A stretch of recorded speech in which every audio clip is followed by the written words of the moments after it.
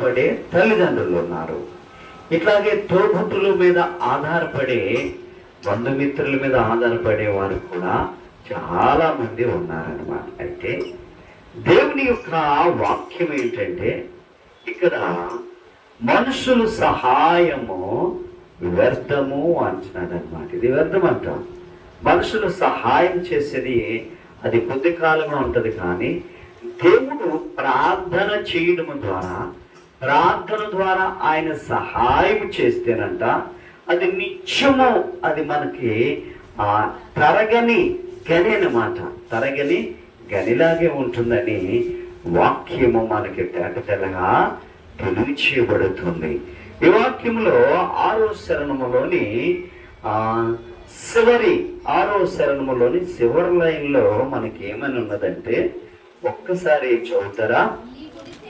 నీ కుడి చేతితో నన్ను రక్షించి నాకు ఉత్తరమిమ్ము.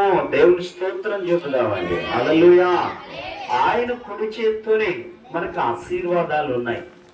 ఆయన కుడి చేత్తోనే మనల్ని రక్షించాలి, మనల్ని ఆశీర్వదించాలి, మనల్ని ఆదుకోవాలి, మనల్ని ముందుకు నడిపించాలి. ఆయన కుడి చేత్తోనే, ఆయన కుడి హస్తంలో అనేకమైన ఈవులు ఉన్నాయని దేవుని యొక్క వాక్యం మనకి తేటతెల్లగా తెలియచేయబడుతున్నది. దేవుని స్తోత్రం చెప్తామండి. హల్లెలూయా. అందుకనే దేవుని యొక్క వాక్యం ఇట్టి రీతిగా మనకి సెలవిస్తుంది. మన మనుషుల మీద ఆధారపడవద్దు. నువ్వు ఏ కార్యం చేసినా, నువ్వు ఏ కార్యాన్ని తలపెచ్చినా, నువ్వు ఏ కార్యాన్ని మనస్సులో అనుకుండినా, నువ్వు మనుషుల మీద ఆధారపడకుండా దేవాతి దేవుడి మీద ఆధారపడి నువ్వు ముందుకు వెళితే ఆ కార్యము దేవుడే జరిపిస్తాడు. అందరూ చెప్పులు కొడదాం. ఆ కార్యాన్ని దేవుడే జరిపిస్తాడు, ఆ కార్యాన్ని దేవుడే నడిపిస్తాడు. ఆ కార్యం ఏది కూడా అడ్డు తొగలకుండా దేవుడే ముందుకి సాగిస్తాడనమాట. దేవుని స్తోత్రం. హల్లెలూయా. అందుకని అంటున్నాడు, ఈరోజు ఒక శ్రేష్టమైన పెళ్లి విందులోనికి మనము పిలువబడుతున్నాం అనమాట. శ్రేష్టమైన పెళ్లి విందు అనే అంశం మీద మనం ముందుకి సాగిపోతున్నాం అనమాట. దేవుని వాక్యాన్ని చూసుకొని మనం ముందుకు వెళదాం. ఈరోజు అంశము శ్రేష్టమైన పెళ్లి విందు. ప్రకటన గ్రంథము 19వ అధ్యాయము 9వ వచనాన్ని మనం చదువుకుందాం. మరియు గొర్రెపిల్ల పెండ్లి విందుకు పిలువబడిన వారు ధన్యుల్లోని రాయము. చాలండి పిల్లరా, ఈ సమయంలో దైవ వాక్యం ఈ రీతిగా సెలవిస్తుంది. మనం ఏదైనా పత్రికలు వస్తాయి, మనకి వివాహ పత్రిక వస్తుంది, అది పెండ్లి విందుకి ఆహ్వానించబడతాం మనము. అయితే మరి పెండ్లి విందుకి మనం పిలువబడినప్పుడు ఏ డ్రెస్ వేసుకొని వెళ్తామండి? ఒక ఉన్నతమైన డ్రెస్ వేసుకొని వెళతాం అనమాట. అంటే కానీ మాసిపోయిన బట్టలు కానీ, చిరిగిపోయిన బట్టలు కానీ, తర్వాత ఒక రకంగా అందహీనంగా కానీ వెళ్ళం. బాగా శుభ్రపరచబడి మనం శుభ్రం చేసుకొని ఆ వివాహానికి వెళతామన్నమాట. అయితే యేసుక్రీస్తు ప్రభుల వారి పెండ్లి విందుకి వెళ్ళాలంటే మనకి కొన్ని అర్హతలు ఉండాలి. ఏముండాలండి? కొన్ని అర్హతలు ఉండాలి. అందులో ఏంటంటే రక్షణ అనే వస్త్రం ఉండాలి. ఏ వస్త్రం ఉండాలండి? రక్షణ అనే వస్త్రం ఉండాలి. నీతి అనే వస్త్రం ఉండాలి. బలమనే స్తుతి వస్త్రం ఉండాలి. ఇంకా సన్నపు నారబట్టు ఉండాలి. తర్వాత బంగారు జరీ ఉండాలి. విచిత్రమైన పనిగల వస్త్రం ఉండాలి. తెల్లని వస్త్రాలు ఉండాలి. ఇన్ని వస్త్రాలు ఉంటేనే గాని దేవుని యొక్క వివాహములోనికి వెళ్ళమని దైవ వాక్యము సెలవిస్తుంది అనమాట. దేవుని స్తోత్రం. హల్లెలూయా. చెప్తాడు హల్లెలూయా, హల్లెలూయా. ఈ యొక్క దేవుని యొక్క పెండ్లి వస్త్రానికి వెళ్ళాలంటే ఎన్ని వస్త్రాలండి? రక్షణ వస్త్రము, నీతి వస్త్రము, బలమైన స్తుతి వస్త్రము, సన్నపు నారబట్ట వస్త్రము, బంగారు జరి వస్త్రము, విచిత్రమైన పనిలి చేసిన వస్త్రము, చివరిలో తెల్లని వస్త్రాలు. ఇవి ధరించుకుంటేనే గాని యేసు ప్రభుల వారి యొక్క పెండ్లి విందులోనికి మనము వెళ్ళలేము. అసలు ఆ ఆ యొక్క గేటు దగ్గరికే వెళ్ళలేమండి. దేవుని స్తోత్రం, హల్లెలూయా. అంటే మొట్టమొదట కావలసినవి అని కూడా ఒకటి కూడా మనము ఆలోచన చేసుకుందాం. చూద్దాం. సామెతలు రాసిన గ్రంథము 28వ అధ్యాయము 13వ వచనాన్ని చూద్దాం. 552వ పేజీలో మనకి కనబడుతుంది. అతిక్రమములను దాచిపెట్టువాడు వర్ధిల్లడు, వాటి ఒప్పుకొని విడిచిపెట్టువాడు కనికరము పొందును. ఈ వస్త్రాలు ఒకటి మనము ధరించాలంటే మొదటిగా ఈ వాక్యం మనకి కావాలన్నమాట. దేవుని యొక్క పెండ్లి విందులోనికి మనం వెళ్ళాలంటే 6-7 వస్త్రాలు మనం ధరించుకోవాలంటే, విచిత్రమైన పని వస్త్రాలు ధరించుకోవాలంటే, ఆయన నీతిగా జీవించాలంటే, ఆయన నీతైన వస్త్రము ధరించాలంటే, రక్షణ వస్త్రం ధరించాలంటే మొట్టమొదట వాక్యం ఏమని సెలవిస్తుందంటే, అతిక్రమములను దాచిపెట్టేవాడు వర్ధిల్లడట. అంటే మన మనసులో ఏయో పెట్టుకుంటామండి. ఇవే ఏదో పెట్టుకొని మందిరానికి వస్తూ వెళుతూ పోతూ ఉంటాము, కానీ అవి బయట దేవుడి దగ్గరగా ఒప్పుకోము. ఒకవేళ ఒప్పుకుంటే 10 మందిలో మనం సిగ్గుపడతాం అనుకుంటాము, కానీ అవి ఒప్పుకోవాలి దేవుని సన్నిధిలో. ఇక్కడేమంటున్నాడంటే, ఆయన అతిక్రమము దాచిపెట్టేవాడు వర్ధిల్లడు, వాటిని ఒప్పుకొని విడిచిపెట్టేవాడు కనికరము పొందును. ఎంత చక్కటి మాట. మనవి చాలా తెలియని తప్పులు చాలా ఉంటాయి. అయితే అవి దేవుని సన్నిధిలో ఒప్పుకొనే వాటిని విడిచిపెట్టాలండి. ప్రార్థన ద్వారా ఒప్పుకొని విడిచిపెడితే మనము ఆయన యొక్క కనికరము పొందుతామని దేవుని యొక్క వాక్యము తేటతెల్లగా తెలియచేయబడుతుంది అనమాట. అందుకని అతిక్రమాలు మనం ఎప్పుడు కూడా దాచిపెట్టకూడదు. అవి దేవుని సన్నిధిలో అవి ఒప్పుకొని అవి విడిచిపెడితే మనము కనికరమాన్ని పొందుతాం. చూడండి, మత్తయి సువార్త 5వ అధ్యాయంలో కనికరము కొరకు ఒక్క మాట ఉంటది. ఉన్నదా లేదా? అందులోనేనండి, చదువుదామా? అదే అధ్యాయంలో కనపడుతుంది.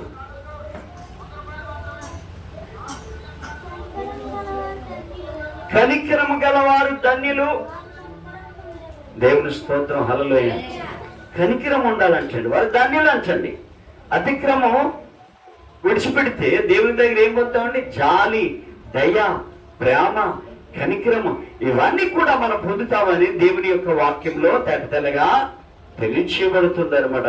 అందుకనే మొదటి యోహాను రాసిన పత్రిక చూద్దాం. చూడండి, మొదటి యోహాను రాసిన పత్రిక 1వ అధ్యాయము 9వ వచనములో, మన పాపములను మనము ఒప్పుకుని ఎడల ఆయన నమ్మదగిన వాడును నీతిమంతుడును కనుక ఆయన మన పాపములను క్షమించి సమస్త దుర్నీతి నుండి మనలను పవిత్రులుగా చేయును. దేవుని స్తోత్రం, హల్లెలూయా. ఇక్కడ ఏంటంటే అతిక్రమాలని ఒప్పుకోమంటున్నాడు. ఇక ఈ పత్రిక భాగాల్లో మనం చూసుకున్నట్లయితే మొదటి యోహాను రాసిన పత్రిక 1వ అధ్యాయము 9వ వచనములో అంటున్నాడు, మన పాపములను మనము ఒప్పుకొని ఎడల ఆయన నమ్మదగిన వాడంటండి. ఏరా, మనము దేవుని మందిరంలో మన పాపాలు ఏం చేయాలండి? ఒప్పుకోవాలి. అక్కడేమంటున్నాడు? మన అతిక్రమాలను ఒప్పుకోమంటున్నాడు. ఈ పత్రిక భాగంలో ఏమంటున్నాడు? మన పాపాలను ఒప్పుకోమంటున్నాడు. అక్కడ దాచిపెట్టొద్దన్నాడు, ఇక్కడ ఒప్పుకోమంటున్నాడు. అది ఒప్పుకుంటేనంట ఆయన నమ్మదగిన వాడు, నీతిమంతుడు కనుక ఆయన మన పాపము క్షమించి సమస్త దుర్నీతుల నుండి మనలను వేరు చేస్తాడంట. దేవుని స్తోత్రం, హల్లెలూయా. ప్రియమైన సహోదరి సహోదరులారా, ఈ ఉదయకాల సమయంలో మన పాపాలను ఒప్పుకుందామా? ఒకవేళ చిన్న చిన్న పాపాలు చేసినట్లయితే వాటిని మనము ఒప్పుకోవాలి. రక్షణ పొంది మారు మనసు పొంది బాప్తిజము తీసుకొని ప్రభు సన్నిధిలోనికి వచ్చినట్లయితే ఏదైనా ఈ లోకము ఈ లోకము పాపలోకము కాబట్టి మనము ఏదో ఒక చిన్న తప్పు చేస్తూనే ఉంటాము. మరి సాతాను వాటిని ఏం చేస్తుందండి? ప్రేరేపిస్తుంది. అయితే దానిని మనం విడిచిపెట్టి, అతిక్రమణ విడిచిపెట్టిన వాడు వద్దనుడు. నువ్వు విడిచిపెట్టాలి, నీ పాపాన్ని విడిచిపెట్టాలి, నువ్వు పాపాన్ని ఒప్పుకోవాలి. అలాంటి వారే పెండ్లి విందులోనికి వెళ్ళడానికి అవకాశం ఉంటుంది. అలాంటి వారే పెండ్లి విందులో చేరడానికి అవకాశం ఉంటుంది. ఆ యేసుతో కలిసి జీవించడానికి, పరిశుద్ధాత్మతో కలిసి జీవించి ముందుకు సాగిపోవడానికి, ఆ పెండ్లి విందు చేసిన వారు వేవేల సంవత్సరాలు ఆయనతో ఆనందంతో గడపడానికి ఇవన్నీ కూడా మనము అతిక్రమం దాచిపెట్టాలి, పాపాలు ఒప్పుకోవాలి. మరో మాట చూసుకున్నట్లయితే అదే మొదటి పేతురు రాసిన పత్రిక 1వ అధ్యాయము 18 వచనము 19 వచనాలు మనము చదువుదాం. చూడండి చూడండి అక్కడ మీ వ్యర్థమైన ప్రవర్తనను చదువుతండి. విడిచిపెట్టినట్లుగా వెండి బంగారముల వంటి క్షయ వస్తువుల చేత మీరు విమోచింపబడలేదు గాని అమూల్యమైన రక్తము చేత అనగా నిర్దోషమును నిష్కలంకమునకు గొర్రె పిల్ల వంటి క్రీస్తు రక్తము చేత విమోచింపబడతారని మీరు ఎరుగుదురు కదా. దేవుని స్తోత్రం, హల్లెలూయా. ఇక్కడే ఉంటాడు. మీ వ్యర్థమైన ప్రవర్తన. కొంతమంది ఏంటంటే ప్రభువులోనికి వస్తున్నారు, వచ్చిన తర్వాత మరలా వ్యర్థమైన ప్రవర్తనలోనికి వెళ్ళిపోతున్నారు. వాళ్ళు శ్రమలు అనిపిస్తారు. వాళ్ళు ఒకసారి దేవుని యొక్క రుచి చూసి మరి వేరే మార్గాన్ని మనం వెంబడించకూడదు. దేవుని స్తోత్రం చెప్తామండి. హల్లెలూయా. అందుకే ఏంటున్నాడంటే మీ వ్యర్థమైన ప్రవర్తనను విడిచిపెట్టినట్లుగా వెండి బంగారము, ఈ యొక్క శరీరమైన బొమ్మలకు ఆశలకు మనం దూరకుండా ప్రభువునే వేడుకోవాలా. ఒకవేళ గడలేదనుకోండి, ఒకవేళ అప్పుల బాధలు ఉండొచ్చు, చాలా బాధలు ఉండిపోవచ్చు. దేవుడి మీద నిందయకుండా ప్రభువుని మోకరించి మనం ప్రార్థన చేసినట్లయితే వాటిని అన్నిటిలో నుండి మనం విడుదల అవుతాం. దేవుని స్తోత్రం చెబుతామండి. హల్లెలూయా. అందుకని ఇక్కడ మీ వ్యర్థమైన ప్రవర్తన విడిచిపెట్టి క్షయమైన వస్త్రముల చేత మీరు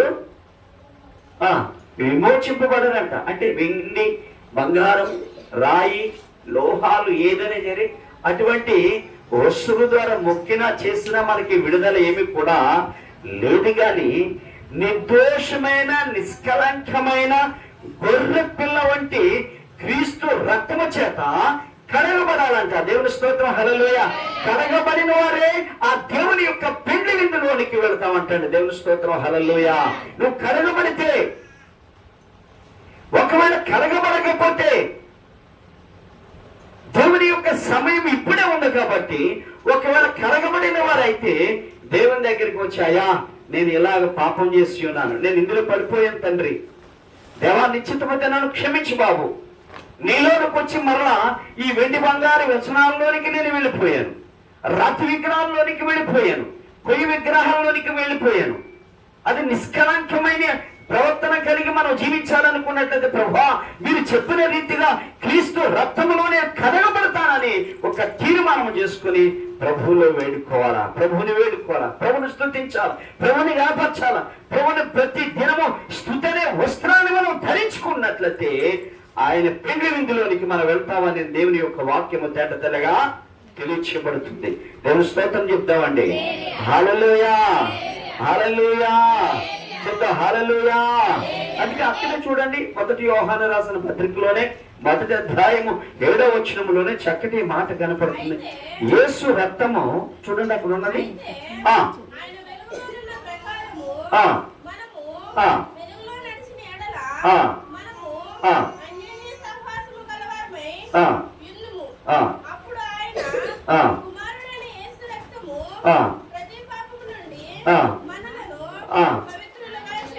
రైట్. ఏంటండి యేసు రక్తం అంట ప్రతి పాపముల నుండి పవిత్రులుగా చేసి మనల్ని విడుదల చేస్తుందంటండి. దేవుని స్తోత్రం చెప్తామండి. చూసారా, యేసు రక్తములో ఎంత విలువైన ధన్యతనదో, ఎంత విలువైన ఆశీర్వాదం ఉన్నదో, ఎంత విలువైన బహుమానం ఉన్నదో. ఆయన రక్తంలో మన వస్త్రాలను ఏం చేసుకోవాలండి? ఏం చేసుకోవాలమ్మా? మన వస్త్రాలు ఉతుక్కోవాలి. మన హృదయమైన వస్త్రాన్ని మనము ఉతుక్కొని ఆయన ప్రతి పాపముల నుండి కూడా మనము విడుదలైతే ఆ విందులోనికి మనము ప్రవేశిస్తామంటండి. దేవుని స్తోత్రం చెప్తామండి. హల్లెలూయా. ఆయన విందులోనికి మనము ప్రవేశిస్తామని దేవుని యొక్క వాక్యము తేటతెల్లగా మనకి తెలియచేయబడుతుంది అనమాట. ప్రియమైన సహోదరి సహోదరులారా, ఈ ఉదయకాల సమయంలో ఒకవేళ ఆయన రక్తంలో మనం కడగబడింది, ఒకవేళ కడగబడకపోతే ఒక తీర్మానం అనేది మనము చేసుకోవాలి. ప్రభువా, నీ రక్తంలో నేను కడగబడడానికి, నీ రక్తంలో నేను నిలిచి ఉండడానికి, నీ రక్తంలోని పవిత్రపడబడడానికి, నా వస్త్రాన్ని నేను తండ్రి మలినమైపోయిన నా వస్త్రాన్ని నీ రక్తమనే సబ్బులో నేను ఉతుక్కొని పవిత్రముగా ఉండడానికి నాకు సమయాన్ని దయచే ప్రభువాన్ని ఆయనను మనం వేడుకోవాలి. దేవుని స్తోత్రం చెప్తామండి. హల్లెలూయా, హల్లెలూయా.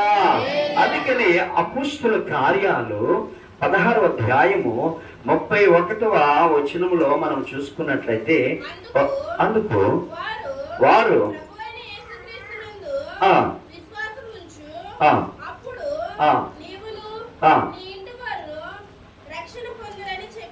దేవుని స్తోత్రం. హల్లెలూయా.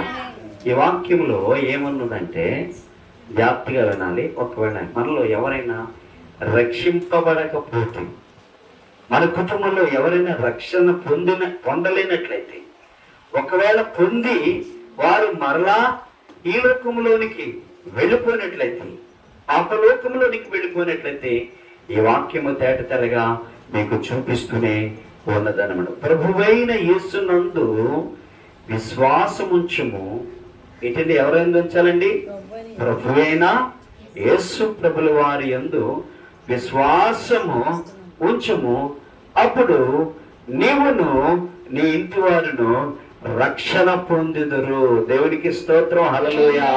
ఏమంటున్నాడంటే ప్రభువైన యేసుక్రీస్తు మీద నమ్మకం ఉండాలండి. మొట్టమొదటి ఏముండాలిరా? నమ్మకము ఉండాలి. నమ్ముట నీ వంతు అయితే సమస్తము సాధ్యమే. ఒకసారి లేట్ అవుతుంది. అయ్యో, నేను ఈ చీర కొనుక్కోవాలని దేవుడిని అడుగుతున్నానే, ఎంత లేట్ అయిందేంటి? లేదా ఇది తినడానికి నేను కొనుక్కోవాలనుకున్నాను, నా దగ్గర మనీ లేదు. అయితే ప్రభా నేను ఎప్పుడు తింటానంటే, అది అనుకునే రీతిగా దేవుడు మనకి అవకాశాన్ని కల్పిస్తాడు. అప్పుడు ఏ విధమైన డబ్బులు ఖర్చు ఉండదు, ఆయనే మనకి కల్పిస్తాడు. ఆ కల్పించిన రీతిగా ఆయనకు మనము వందనాలు చెల్లించాలి. దేవుని స్తోత్రం. హల్లెలూయా. అదే ఇవన్నీ కలగాలంటే, ఈ ఆశీర్వాదం పొందాలంటే, ఈ బహుమానము నీ పొందుకోవాలంటే, ఒకవేళ నీ భర్త మారాలంటే, నీ భార్య మారాలంటే, నీ చుట్టుపక్కల ఉన్నవారు మారాలంటే, వీళ్ళందరూ కలిపి, మన పేటంతా కలిపి, మన కుటుంబం అందరం కలిపి ఆయన యొక్క పెండ్లి విందులోనికి వెళ్ళాలనుకున్నట్లయితే దేవుని యొక్క మాట అంటుంది, ప్రభువైన యేసునందు విశ్వాసం ఉంచాలంటండి. దేవుని స్తోత్రం. హల్లెలూయా.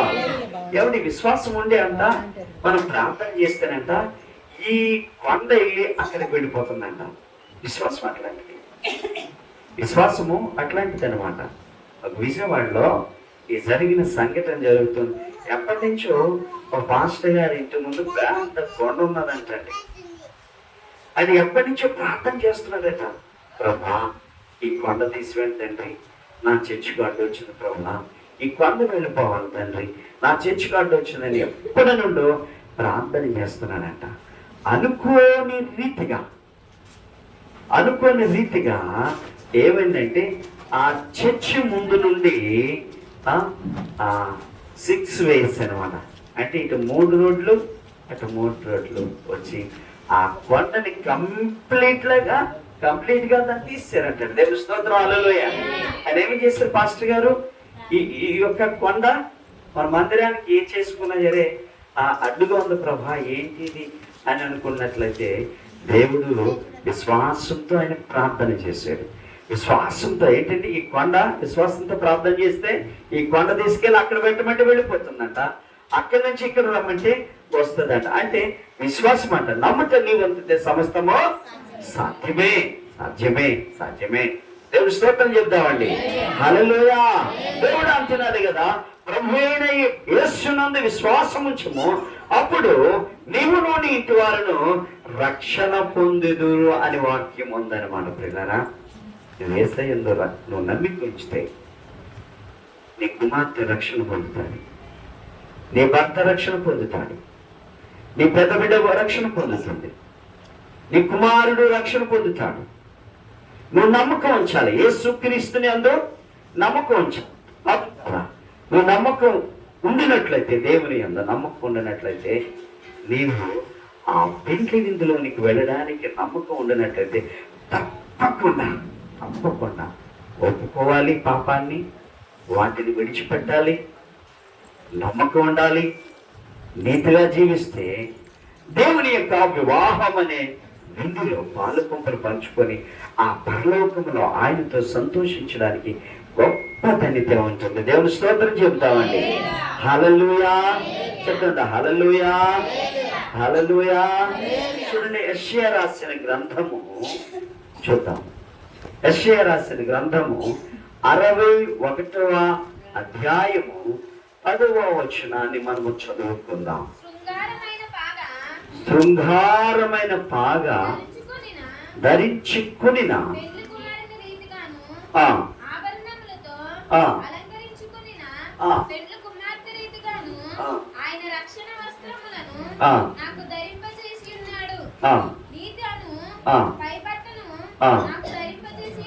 దేవుని స్తోత్రం. హల్లెలూయా. ఇక్కడ చూడండి, ఆ వివాహానికి, ఆ పెళ్లి ఇందులోనికి అంటే మనకి ఆ పెళ్లి కబురు వస్తేనే కానీ వెళ్ళమని ఏంటి, పెళ్లి కబురు వెళ్ళకుండా మనం సాధ్యపడి సిద్ధపడం కదా ఇందులోనికి. ఎలా సిద్ధపడతాం తల్లి? సిద్ధపడడం. ఇక్కడేమంటున్నాడంటే, దేవుని యొక్క రక్షణ వస్త్రము నాకు ధరింపజేసి ఉన్నాడు, నీతి అని పైబట్ట నాకు ధరింపజేసి ఉన్నాడు. దేవుని స్తోత్రం. హల్లెలూయా. ఈ రక్షణ వస్త్రము, నీతి వస్త్రం నీకు నాకు ఉంటే ఆ విందులో పాలు పంపులు పంచుకుంటామన్నమాట. దేవుని స్తోత్రం చెప్తామండి. ఎన్నెన్నో కబుర్లు చెప్తాము, ఎన్నెన్నో చేస్తాం, కానండి ఏమి కూడా మనం పొందలేమండి. ఈ లోకంలో మరి మనుషులు దేనిని నమ్ముతున్నారు చెప్పడానికి? ఎక్కడైనా, ఏ సంఘస్థులైనా, ఎక్కడైనా సరే మనుషుల యొక్క పై రూపాన్ని నమ్ముతున్నారు. దేవుని స్తోత్రం. హల్లెలూయా. అవునా కాదండి? చెప్దాం. అవునా కాదండి? దేవుని స్తోత్రం చెప్దామండి. మనుషుల యొక్క పై రూపాన్ని నమ్మి సుభద్రాజు గారు తెల్లని వస్త్రాలు వేసుకున్నారు. వారు తెల్లగా ఉన్నారు కాబట్టి ఆయన ఏం చెప్తే జరిగేస్తుంది. తప్పది. అది నన్ను నమ్మడానికి వెళ్ళాడు. దేవుని స్తోత్రం చెప్దామండి. ఏం నమ్మాలి? ఏం కావాలి మనకి? ఆయన యందు మనము పాపాలు ఒప్పుకోవాలి, ఆయన నమ్మాలి, మన అతిక్రమం దాచిపెట్టకూడదు, రక్షణ వస్త్రాన్ని ధరించాలి, నీతి అనే వస్త్రాన్ని మనము ధరించుకోవాలి. అంతేగాని మరి అలా చెప్తే జరుగుతుంది, ఇలా చెప్తే జరుగుతుంది అనేది నెవ్వరు. అది నెవ్వాలి. కానీ నీవు నమ్ముతా, నీవంత అయితే సమస్తమా సాధ్యమే. నువ్వు నమ్మేవా దేవుణ్ణి?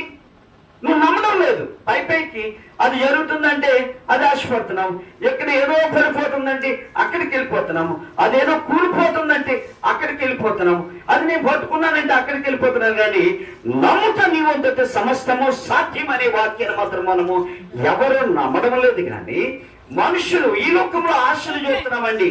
ఆశలు చూసి ఏ వస్త్రం ధరించడం లేదండి అమ్మా. రక్షణ వస్త్రం ఉండడం లేదు, నీతి వస్త్రం ఉండడం లేదు. కానీ పై ఆశ మనకు కలగాల, పైన ఆశ మనకు కలగాలి.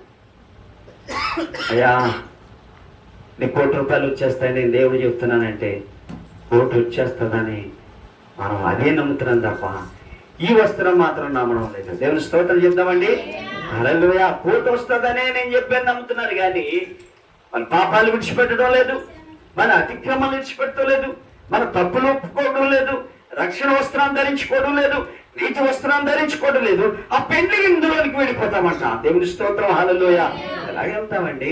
ఎలాగెళ్తాం? దేవుని నమ్ముకోవాలి. మనం దేవుని నమ్ముకోవాలి, విశ్వాసంతో ఉండాలి. విశ్వాసంతో మనం సాధించాలి. నమ్ముతో నీవంతైతే సమస్తము సాధ్యం అంటున్నాడు అనమాట. ఎవరో పాస్టర్ గారు పోటీస్తున్నారని, ఎవరో పాస్టర్ అమ్మగారు ₹1,00,000 వచ్చేస్తాయని ప్రార్థన చేస్తే ఆ ప్రార్థనలోకి వెళితే ఏమి కూడా ఉండదు. కానీ నువ్వేం చేయాలండి? రక్షణ అనే వస్త్రాన్ని ధరించుకోవాలి, నీతి అనే వస్త్రాన్ని ధరించుకోవాలి. ఏంటి?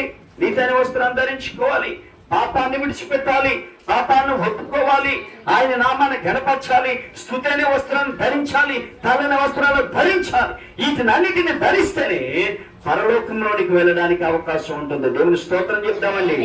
హల్లెలూయా, హల్లెలూయా చెప్తామండి. హల్లెలూయా.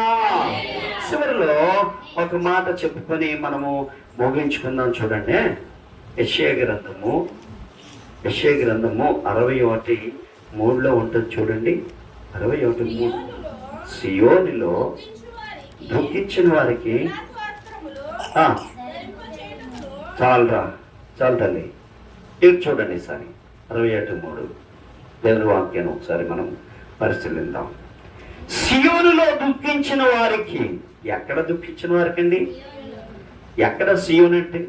సియోనులో స్థిరమైన పునాది నీవు, నీ మీదే నా ఆశ్రయము అమర్చియున్నావు. సియోనులో స్థిరమైన పునాది నీవు, కలతలు లేవు, కన్నీరు లేవు, ఆకలిదాపులు అసలే లేదు, కలతలు లేని, కన్నీటి లేని, ఆకలిదాపులు అసలే లేని, నగరిలో కాంతులను విరజిమ్మెదవా నా యేసయ్యా. సియోనులో స్థిరమైన పునాది నీవు. దేవుని స్తోత్రం. హల్లెలూయా. దేవుని యొక్క వాక్యం ఈ రీతిగా సెలవిస్తుంది. ఏమని సెలవిస్తుందంటే, సియోనులో దుఃఖించిన వారికి ఉల్లాస వస్త్రము ధరింపజేయుదును. దేవుని స్తోత్రం. హల్లెలూయా.